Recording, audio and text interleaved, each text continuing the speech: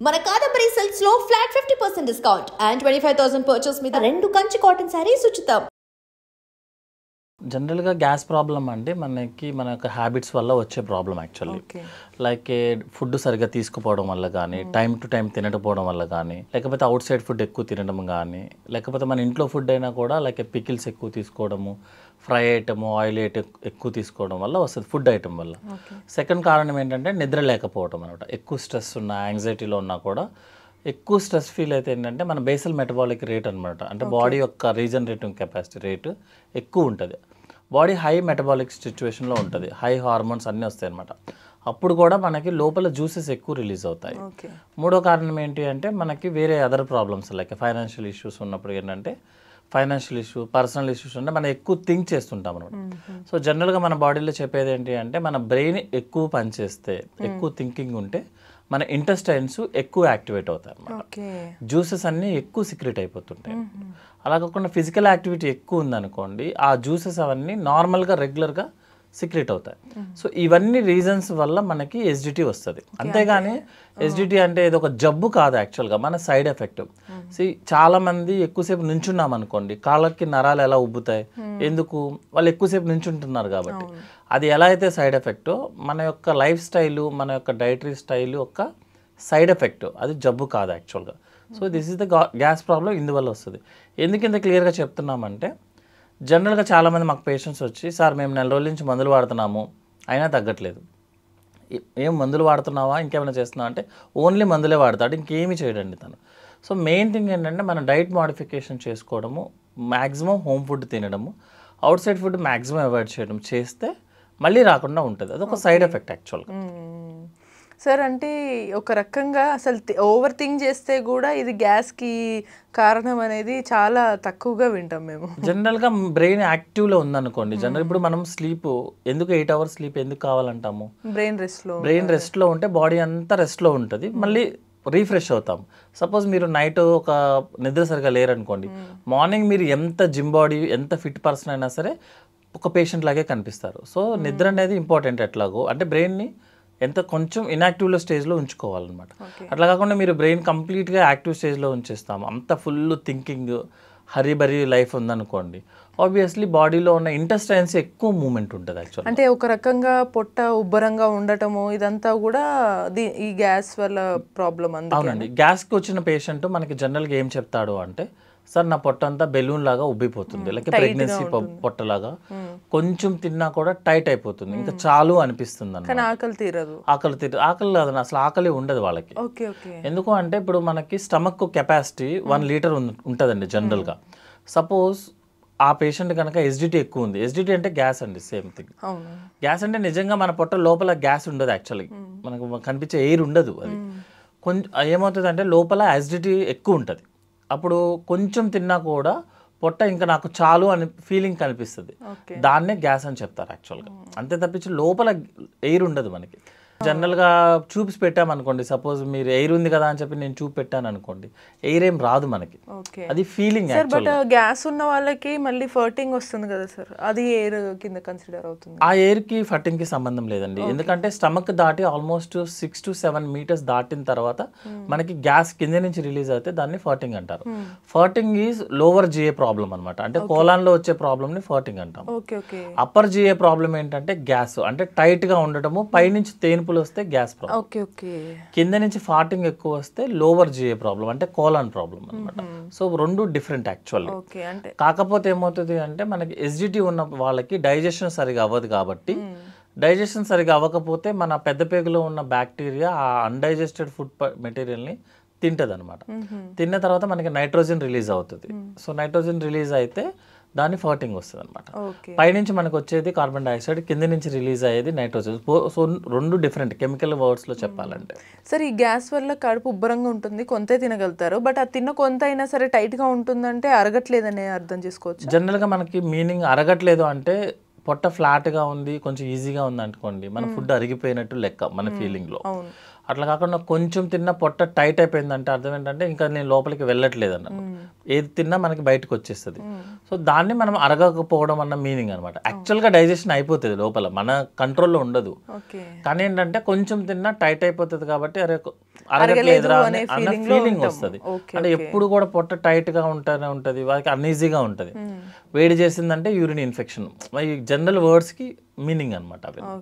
So కానీ digestion process automatic గా జరిగిపోతుంది. పొట్ట మనకి టైట్ గా ఉబ్బరంగా అనిపించినా లోపల డైజెషన్ అయ్యేది అయిపోతుంది. డైజెషన్ ఆగదండి ఎప్పుడు కూడా, మన ఫీలింగ్ మన డిస్కంఫర్ట్, అది డైజెషన్ ఎప్పుడు ఆగదు ఎక్కడ.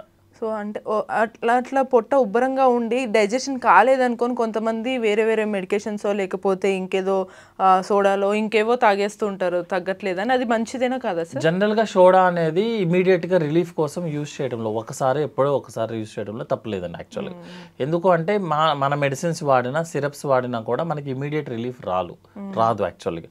సో జనరల్గా ఏంటంటే ఒక్కసారి సోడాను ఏదన్నా తీసుకొని జస్ట్, ఎందుకంటే కొంతమంది మరీ డిస్కంఫర్ట్గా ఫీల్ అవుతారు యాక్చువల్గా, అంటే కూడా అవ్వలేరు, ఆయాసం వచ్చేస్తుంటుంది, గ్యాస్ ఎగదంతూ ఉంటుంది అంటారు యాక్చువల్. సో వాళ్ళు ఏంటంటే ఒక్కసారి సోడా తీసుకోవడంలో తప్పులేదు, రిపీటెడ్ చేయడంలో తప్పు ఉంది.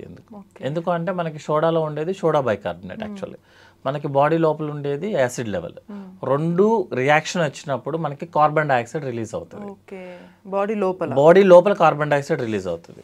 సో రిలీజ్ అయినప్పుడు మనకి బయటికి రావాలి కదా, ఎందుకంటే కిందకి వెళ్ళదు ఆ గ్యాస్. సో బయటికి మనం తేన్పుల్లోగా బయటికి తీస్తాము, తీసేటప్పుడు దాంతోపాటు ఆల్రెడీ ఉన్న యాసిడ్ కూడా పైకి వస్తుంది అనమాట.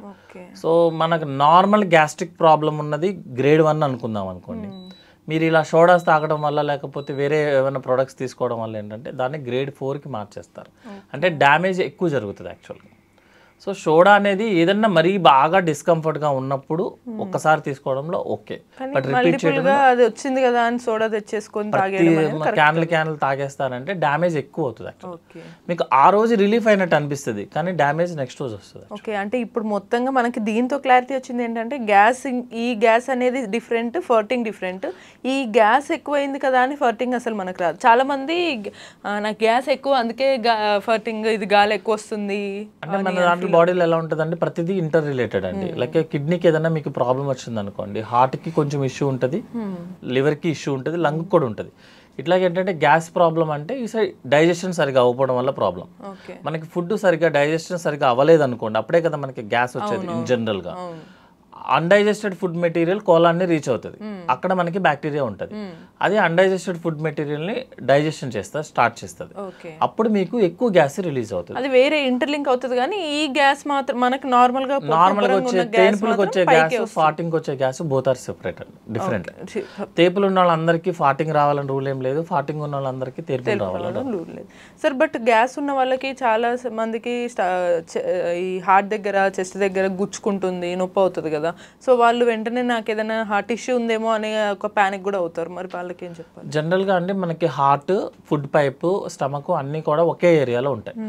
మన బాడీలో కొన్ని ఏరియాస్కి ఏమవుతుంది అంటే పెయిన్ ఆ ఏరియాలో వచ్చినా వేరే చోటికి రేడియేట్ అవుతుందండి. సపోజ్ ఇప్పుడు మీకు హార్ట్ పెయిన్ వచ్చింది, ఛాతిలో హెవీగా అనిపిస్తుంది కానీ లెఫ్ట్ సైడ్ హ్యాండ్ లాగేస్తుంటుంది, లెఫ్ట్ సైడ్కి పెయిన్ ఎక్కువ వస్తుంది అనమాట, మనం రేడియేటింగ్ పెయిన్ అని చెప్తారు.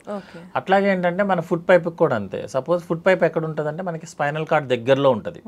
సో ఫుడ్ పైప్లో కూడా ఏదన్నా ప్రాబ్లం వచ్చింది అనుకోండి, లైట్గా చెస్ట్లో బ్యాక్ సైడ్ పెయిన్ వస్తుంది.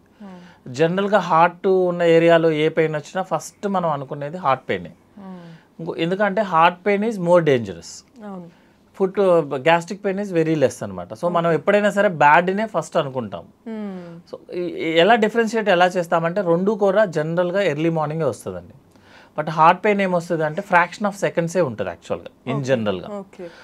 వచ్చేటప్పుడు ముందేం చెప్తుంది అంటే కొంచెం చెస్ట్లో హెవీనెస్ స్టార్ట్ అవుతుంది, అంటే ఎవరో మీ ఛాతి మీద కూర్చున్న ఫీలింగ్ ఉంటుంది అనమాట, లేకపోతే ఎవరో మన గుండెని గట్టిగా పిండేస్తున్న ఫీలింగ్, అంటే సమ్ హెవీగా అనిపిస్తుంది. తర్వాత మైల్డ్గా మనకి పాల్పిటేషన్స్ అంటే గుండె దడగా రావటము, చెమటలు పట్టడము, లెఫ్ట్ సైడ్ హ్యాండ్ దగ్గర పెయిన్స్ రావటము ఫింగర్స్కి వైపుకి. తర్వాత ఏంటంటే జనరల్గా మనకి సిక్స్త్ సెన్స్ అనేది ఒకటి ఉంటుంది ఎవరికైనా సరే లివింగ్ పార్ట్, సంథింగ్ ఏదో అయిపోతుంది ఇంకా నేను కష్టము ఏదో నాకేదో ప్రాబ్లం అయిపోతుంది ఆ ఫీలింగ్స్ వస్తాయి యాక్చువల్గా, అవి హార్ట్ పెయిన్స్కి యాక్చువల్గా. నార్మల్గా గుచ్చుకోవడం అనేది కామన్, నార్మల్గా అక్కడక్కడ అప్పుడప్పుడు రావడం అనేది కామన్ అండి, అదే ఎస్డిటీలో వస్తుంది. Fraction of seconds maximum 1 minute కన్నా ఎక్కువ ఉండదండి హార్ట్ పెయిన్, ఐదర్ రికవర్ అయిపోవాలి లేకపోతే మనం ఐసీయూ కన్నా పరిగెత్తాలి. ఈ ఎస్డిటీ పెయిన్ వాళ్ళకి ఏంటంటే ఫస్ట్ వాళ్ళకి హిస్టరీలో ఎస్టర్డే ఆ డే బిఫోర్ ఎస్టర్డే ఎవరో బయట ఫుడ్ తిన్న హిస్టరీ ఉంటుంది కంపల్సరీగా. నెక్స్ట్ ఏంటంటే తేనుపులు ఎక్కువ వచ్చేస్తాయి అనమాట, లైక్ బర్నింగ్ లాగా అనిపిస్తుంది, లోపల యాసిడ్ బర్నింగ్ అనిపిస్తుంది. నెక్స్ట్ పొట్ట టైట్ అనిపిస్తుంది అనమాట, వామిటింగ్ సెన్సేషన్ ఉంటుంది. వామిటింగ్ అయిపోయిన వెంటనే రికవరీ అయిపోతాడు అతను. నెక్స్ట్ జనరల్గా అందరిలో ఇంట్లో యాంటాసిడ్స్ ఉంటాయి, తీసుకొని వెంటనే రికవరీ అయిపోతాం. హార్ట్ పెయిన్ రికవరీ అవ్వదండి, కంటిన్యూ అవుతూనే ఉంటుంది అనమాట. So old people, diabetes patient, smoker, alcohol వాళ్ళు ఏంటంటే ఇవన్నీ ట్రై చేయొద్దు, మీరు జస్ట్ ముందు హాస్పిటల్కి వెళ్ళమనే చెప్తాం. యంగ్ పేషెంట్స్ ఆల్రెడీ హిస్టరీ ఉండి, ఆల్కహాల్ హిస్టరీ ఉంది యంగ్ వాళ్ళైతే, ఎందుకంటే వాళ్ళకి వెరీ రేర్ కాబట్టి. నవేడేస్ ఇద్దరికి కామన్గానే వస్తుంది, సో ఇంకా యంగ్ వాళ్ళకే ఇంకా ఎక్కువ వస్తుంది, ఎందుకంటే నెగ్లెక్ట్ ఎక్కువ చేస్తాం కాబట్టి. సో ఈ పాయింట్స్ బేస్ చేసుకొని మనం జస్ట్ ఐడెంటిఫై చేయొచ్చు. ప్రతి పెయిన్ హార్ట్ పెయిన్ కాదు, ప్రతి పెయిన్ గ్యాస్ పెయిన్ కాదు. సో జస్ట్ టు ఐడెంటిఫై అనమాట. జస్ట్ ఈ సిమ్టమ్స్ డిఫరెన్షియేట్ చేసుకొని వాళ్ళు కేర్ నెక్స్ట్ ఫర్దర్ ఇమీడియట్ గా వెళ్ళాలా లేదా అనేది చేసుకోవాలి. బట్ జనరల్గా ఏం చెప్తామంటే హాఫ్ అన్ అవర్ లోపల కనుక మీరు your not feeling comfortable, rush to hospital. అంతే తప్పించి మనం లేదు ఇంకా కొంతసేపు చూద్దాం అంటే కష్టం అవుతుంది actually. Right. And for more videos, please subscribe to iDream. Please subscribe to iDream. Please subscribe iDream. And please subscribe to iDream. For more videos, subscribe to iDream. please like, share and subscribe to the channel. Congratulations, iDream. Subscribe to iDream. Subscribe to iDream. So subscribe to iDream Media. iDream ki iDream team andarki huge congratulations. Please subscribe iDream Media. Please subscribe to iDream. Subscribe iDream. Please subscribe to iDream. iDream అంటే నా కళల channel subscribe చేసుకున్న నోరు తిరుగుతలేదు, మీరైతే గంట గుర్తు కొట్టండి. For more such videos, please subscribe to iDream. Subscribe to iDream. Please subscribe to iDream. Please subscribe iDream Media. Please do subscribe to iDream. Please subscribe to iDream Media. For best entertainment and information, please subscribe iDream. And don't forget to subscribe to iDream.